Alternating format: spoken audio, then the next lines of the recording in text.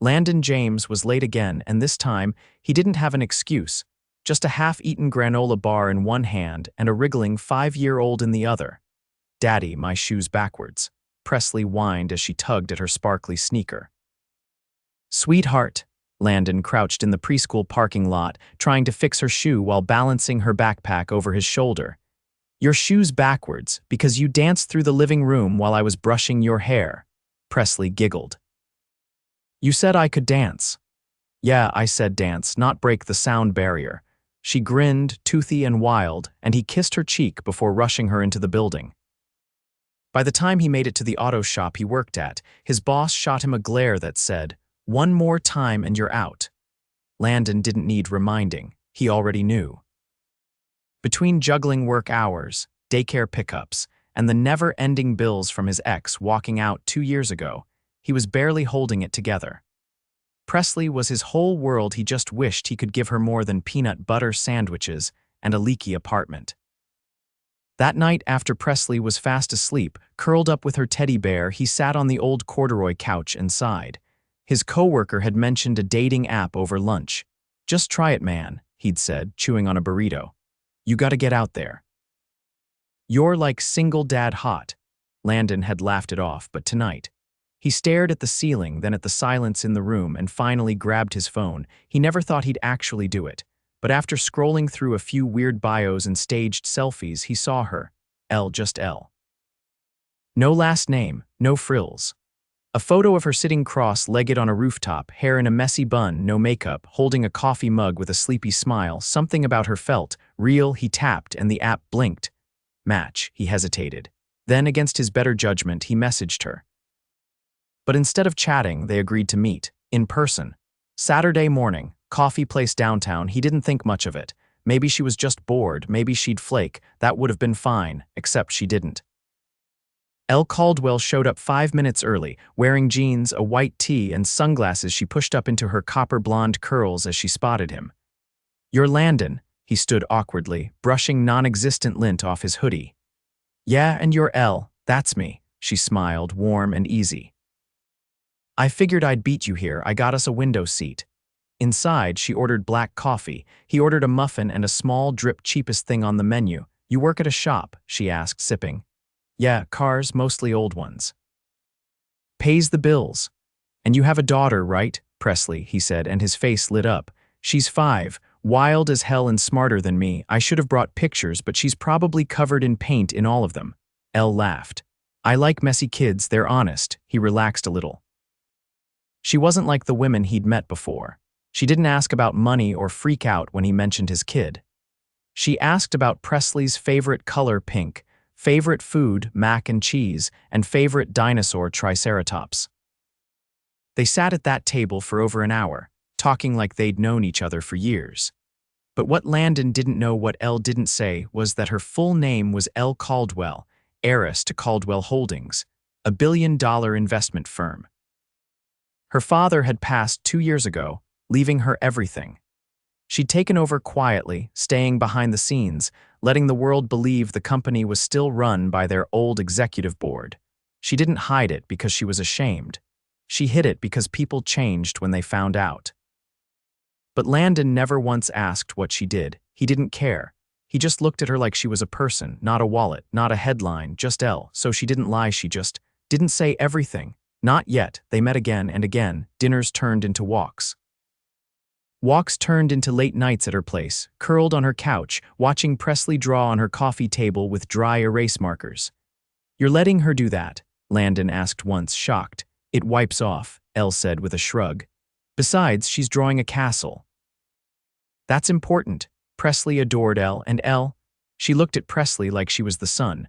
One night, after Presley had fallen asleep on Elle's lap during a Disney movie, Landon looked at Elle and said, "You didn't have to let us in like this." Elle looked back, her voice soft. "I wanted to."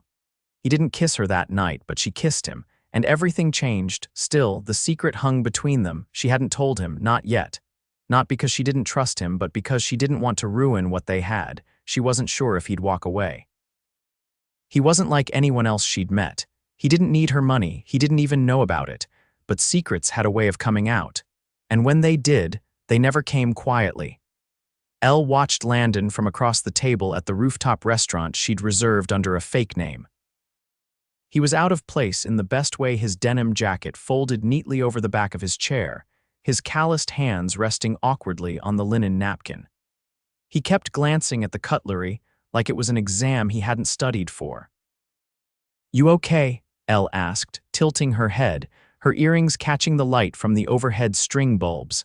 "I'm trying to figure out if I'm supposed to drink the water with the lemon slice or use it to rinse my fingers." She let out a breath of laughter. "It's for drinking." "I promise no one expects you to soak your hands." "Good, because I'm not sure I'd survive the embarrassment. You're doing fine." He looked around at the other tables, at the suited men and women clinking crystal glasses and speaking in hushed tones. "This place is different. It's one of my favorites," she said, folding her menu. "But if you hate it, we can leave." "I don't hate it," he said quickly. "I just feel like someone's going to ask me if I'm lost." "No one will," she said, meeting his eyes. "You belong here just as much as anyone else." He didn't respond right away. Instead, he looked at her like he was trying to solve a puzzle he wasn't sure he was qualified to finish. By the time dinner arrived plates of seared salmon and roasted vegetables, he'd relaxed enough to tell her about the time Presley tried to build a rocket ship out of cereal boxes and duct tape. "She got mad when gravity didn't cooperate," he said, stabbing a carrot. "I told her we'd work on it next weekend." Elle laughed, but her smile faltered slightly when her phone buzzed against her purse. She glanced at it, then slipped it into her coat pocket without answering. "Everything okay?" he asked. "Yeah. Just work stuff." "You don't talk about your job much," he said, not accusing, just curious. "I try not to bring it home with me," she said carefully. "It can be intense," he nodded. "I get that. Sometimes I come home smelling like oil and all I want is to forget engines exist." She smiled again, but the weight of unspoken truth pressed against her ribs like a warning. Later, as they left the restaurant, Elle handed the valet a ticket and turned to Landon. "You don't have to take the train. I'll give you a ride. You drove here," she shook her head. "Car service." Before he could protest, a sleek black vehicle pulled up to the curb. Landon blinked at the emblem on the front. "That's not a regular car service," he said slowly. "It's not a spaceship either," she teased, trying to keep her tone light. Inside, the driver nodded at her through the rearview mirror but said nothing. Landon sat stiffly beside her, clearly trying not to touch anything. "You do this often?" he asked as the car glided through the city like it belonged to another world. "Often enough," she said. When they reached his building, he hesitated. "You want to come up?" She looked at the dark windows above them. "Presley's asleep, out cold. My neighbor's kid is having a sleepover, and they wore each other out playing pirate princesses." "I'd love to." His apartment was small but clean. A few toys were scattered across the floor, and a crayon drawing of what looked like a dragon taped to the fridge read, "To Daddy from Presley." Elle walked slowly through the space, taking it in. "This is cozy," she said genuinely. "I know it's not much. I didn't say that." He stood behind her, hands in his pockets.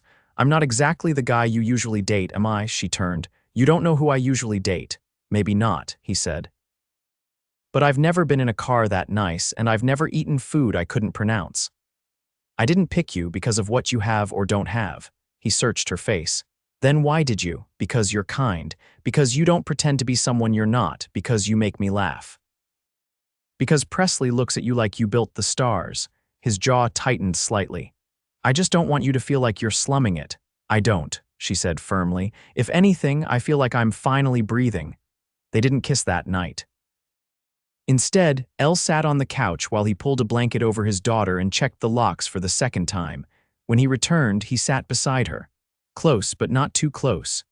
"You're not like anyone I've ever met," he said quietly. She looked at him, her heart aching. "You don't know the half of it." The next morning, she left early before Presley woke up. She kissed her cheek on the way out, then paused at the door, her hand hovering over the knob. She couldn't keep this secret forever. But every time she tried to imagine telling him about the board meetings, the inheritance, the estate with more rooms than she could count, she pictured the look that might cross his face. The shift. The mistrust. She couldn't lose this. Not yet, but the choice was closing in on her. And someone else was already watching. Landon found the envelope taped to his door late Wednesday afternoon, just as he was wrestling Presley's rain-soaked backpack off her shoulders. His name was written in thick black marker, no return address, no explanation. She darted inside excitedly, tossing her boots in opposite directions. "Daddy, I made a birdhouse out of popsicle sticks, but it fell apart when I sneezed. That's tragic," he said, distracted, thumbing the seal open. He unfolded the single sheet of paper inside and frowned. It was an invitation. He read it again, slower this time. "You are cordially invited to the Caldwell Foundation's annual Winter Benefit Gala. Dress code, formal. Location, the Caldwell Estate, Westfield Park. Guest list enclosed." His name was printed at the bottom, not as a +1, as an actual guest. "Elle," he muttered under his breath. Presley was already in the kitchen, opening the fridge. "Can we have pancakes for dinner?" He set the letter on the counter, running a hand through his damp hair. "Sure, kiddo." Pancakes it is. That night, after Presley fell asleep with glitter glue dried on her fingertips, he sat on the edge of the couch, the invitation in his hands, the edges now creased from too much handling. Elle hadn't said anything about this. Not once. The name Caldwell meant something. He'd heard it before, somewhere. A charity drive on the news. A company logo on a high-rise downtown. He pulled out his phone and typed it in. The search results made his stomach drop. Caldwell Holdings. $1 billion portfolio.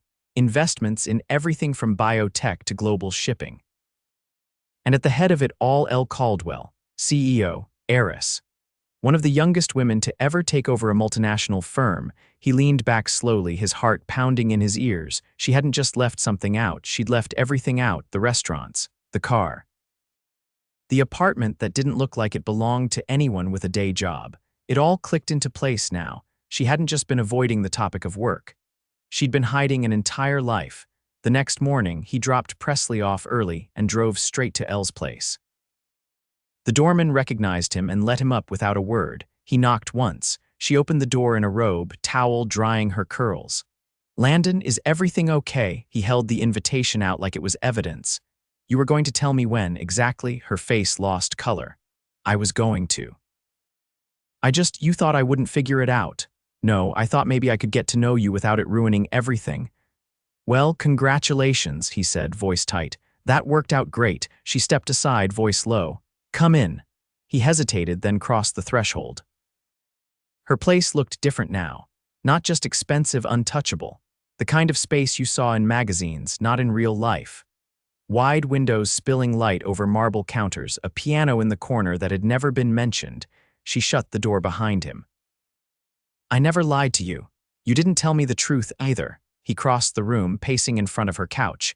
"You let me take you to diners I could barely afford. You let me think I belonged in your world." "You do." "No, Elle, I don't. You're flying private, and I'm counting coins to buy Presley's lunch milk." Her voice cracked. "I didn't want you to look at me differently." "But that's the problem, Elle. You assumed I would." She flinched. He ran a hand down his jaw, trying to breathe. "All this time, I thought we were building something real, and now I find out I didn't even know your last name." "I was scared," she admitted, eyes glassy. "Every time someone finds out, they change, they want things, or they disappear. And I'm supposed to be different. You were." "You are." He looked down, his voice hoarse. "I don't know anymore." Silence filled the room. "I invited you to the gala because I wanted you to see it," she said quietly. "All of it. The truth. I knew I couldn't keep it from you any longer." "And what would I have been there?" he asked. "Your date, your display of authenticity." "No," she whispered. "You would have been the only person there who didn't need anything from me." He walked to the door and paused. "I need honesty, Elle. That's all I've ever needed." She didn't follow him when he left. 2 days passed, then 3. Presley asked about Elle once, while coloring on the living room floor. Landon didn't have an answer, just a quiet shrug and a forced smile. On the 4th day, an envelope showed up again, not at his door, at his job. Inside was a photograph. A picture of Presley, sitting on Elle's lap at the park, both of them laughing mid-spin. A note was clipped to the back. "I'm not giving up. I'll wait for both of you." Landon stood in the middle of the garage, grease on his hands, his chest aching. He had every reason to stay angry. But her words wouldn't leave him. and neither would the way his daughter had clung to Elle's hand like it was the safest place in the world. He wasn't sure what he would do, but he knew he wasn't done. The gala was already in full swing when Landon stepped from the town car, adjusting the collar of his borrowed tux. He didn't look at the towering estate in front of him, he couldn't. Instead, he focused on keeping his breathing steady and his feet moving past the line of valets toward the front entrance. Inside, chandeliers bathed the sweeping ballroom in golden light. Dozens of guests in tailored suits and glittering gowns drifted between champagne towers and string quartets, their laughter echoing off polished marble. Landon had never seen so much wealth gathered in one place. He felt like he'd walked into a movie where he didn't belong, except he wasn't here to blend in. He was here for one reason: Elle. He spotted her near the center of the room, speaking with two men in tuxedos. Her gown was understated compared to the others. Deep navy, elegant, with clean lines that didn't scream wealth, they whispered power. She turned as if sensing him, her breath catching mid-sentence. The men beside her faded into the crowd as she moved toward him, each step deliberate. "You came," she said, stopping just a foot away. "I wasn't planning to." "Then why are you here?" "Because my daughter asked if you were still our friend, and I didn't know what to tell her." Elle's expression softened. "I missed her. She misses you too.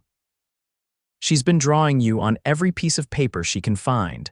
"I didn't expect you to forgive me right away," she said, "but I hoped you'd let me explain." "I'm listening." She motioned toward a quieter alcove off the ballroom. As they stepped away from the music, she turned to face him, her voice quiet but firm.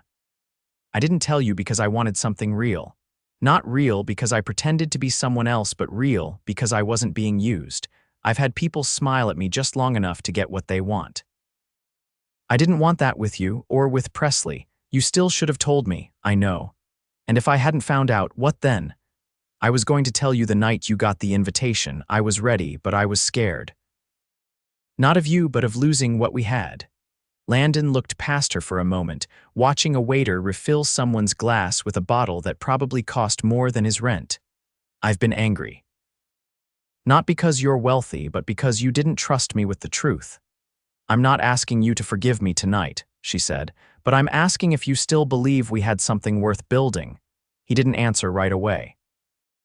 Instead, he reached into the inside pocket of his jacket and pulled out a folded drawing. He handed it to her. It was a picture Presley had drawn just that morning. 3 stick figures holding hands under a sky full of stars. One wore a crown. All 3 were smiling. "She said you're part of our little universe," he said. Elle's fingers trembled as she held the paper. "I didn't realize how much I needed to hear that. I didn't realize how much I wanted you to be." He exhaled, eyes meeting hers. "I'm not used to having someone who shows up. I want to show up," she said. "Not just for you, but for her, for both of you. I want to build something that doesn't care about bank accounts or penthouses. You think we can bridge that kind of gap?" "I don't want to bridge it," she said. "I want to tear it down." He stepped closer.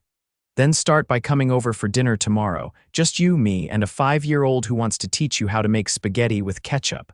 Elle laughed, truly laughed, and nodded. "I'll bring dessert. Something that doesn't come in a gold box." He reached for her hand, threading his fingers through hers.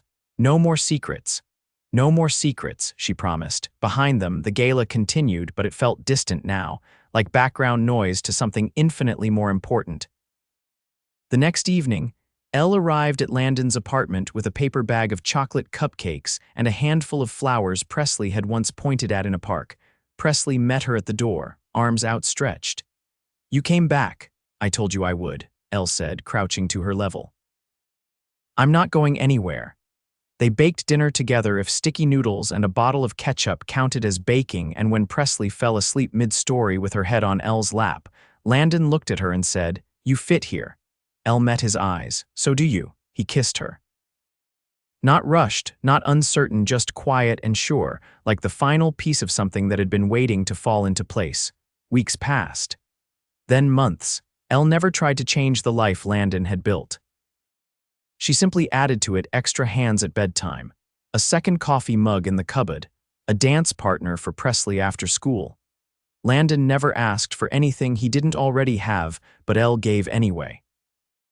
Not with diamonds or designer labels, but with time, presence, and a steady kind of love that didn't need proving. Then one spring morning, Elle stood in the middle of Landon's kitchen, barefoot, holding a cup of coffee.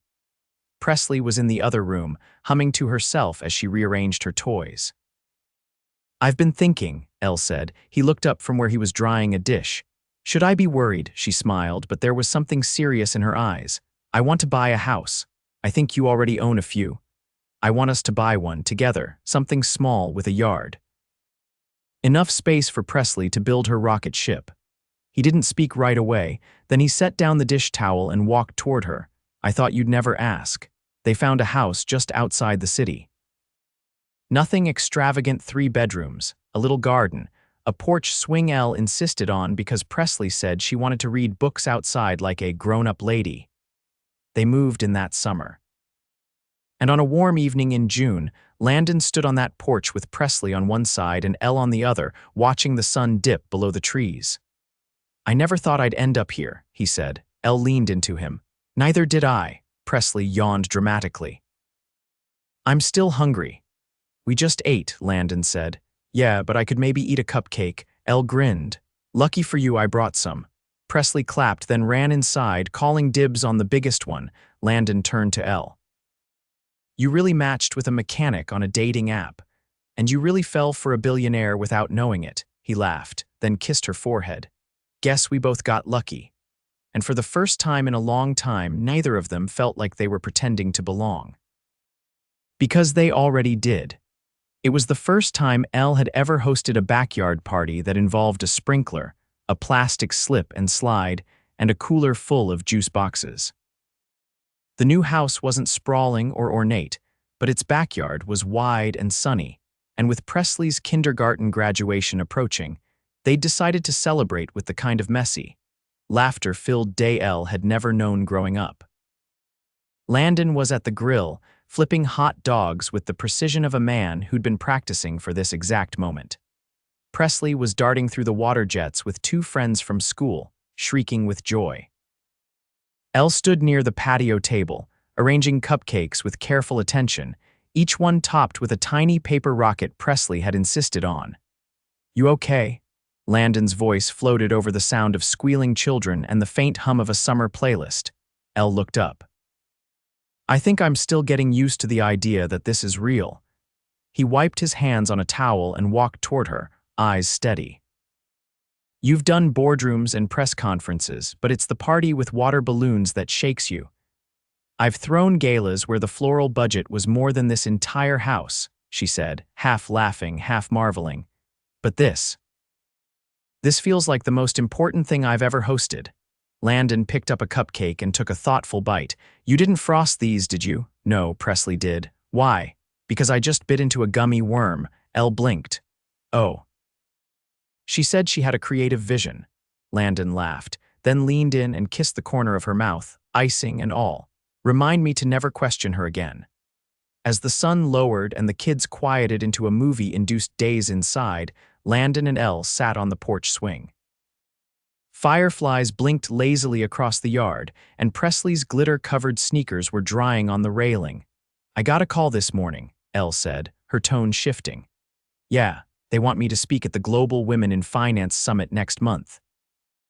Headlining the keynote, Landon leaned back, looking out over the grass. "You going?" I told them no. His head turned sharply. "Elle, I told them I'm not available that week. Because Presley starts swim lessons, and I already promised her I'd be there for her first jump-in." Landon watched her closely. "You're sure?" "I've spent years trying to prove myself to people who only saw my last name. I don't need that anymore. I want a life that's built around the people who matter." He reached for her hand, lacing their fingers together. "You already started building it." A breeze rustled through the trees, warm and soft, the kind of breeze that carried laughter and the scent of grass and something that felt like peace. "Can I ask you something?" Landon said after a beat, "Always. You ever think about doing something with all that space in the back corner of the yard? You know, the one Presley calls her secret planet field?" Elle smiled. "She says it needs a telescope. I was thinking maybe a treehouse. Something she can climb when she wants her own adventure." "That sounds like something we'll need to build together." He kissed her then, slow and certain, the kind of kiss that wasn't about fireworks but foundations. The kind that said, "We're doing this every day for the rest of our lives." "I love you," he said against her lips. "Not because you're Elle Caldwell, but because you're Elle, who puts gummy worms in cupcakes and lets a 5-year-old teach her how to dance in the rain." She pressed her forehead to his. "And I love you because you see the world the way I wish I always had." "You make it feel simple." "It is simple," he said. "It's us." The next weekend, they drove out to a small farm an hour from town. Presley had been asking for a dog for weeks, and after researching breeds and carefully budgeting their time, they'd finally agreed. She picked the smallest puppy in the litter, a floppy-eared, caramel-colored mutt with one white paw and a tendency to trip over his own feet. "I'm naming him Rocket," she declared as he licked her cheek. Landon looked at Elle over the puppy's head, a silent question in his eyes. Elle gave a nod. "Rocket it is." They spent the afternoon in the sun, Presley chasing Rocket across the field while Elle and Landon sat on a picnic blanket, arms linked, hearts full. That night, after Presley had fallen asleep with Rocket curled beside her, Elle padded barefoot into the kitchen where Landon was washing dishes. She wrapped her arms around his waist from behind. "We're not missing anything," she said quietly. He dried his hands and turned to face her. "Not a thing." And they weren't. Because they had arrived finally at the life neither of them had known how to ask for but both had always wanted. Not the one with champagne fountains or gala lights, but the one with backyard birthdays, treehouse blueprints, and a quiet kind of joy that came from being completely, perfectly enough together.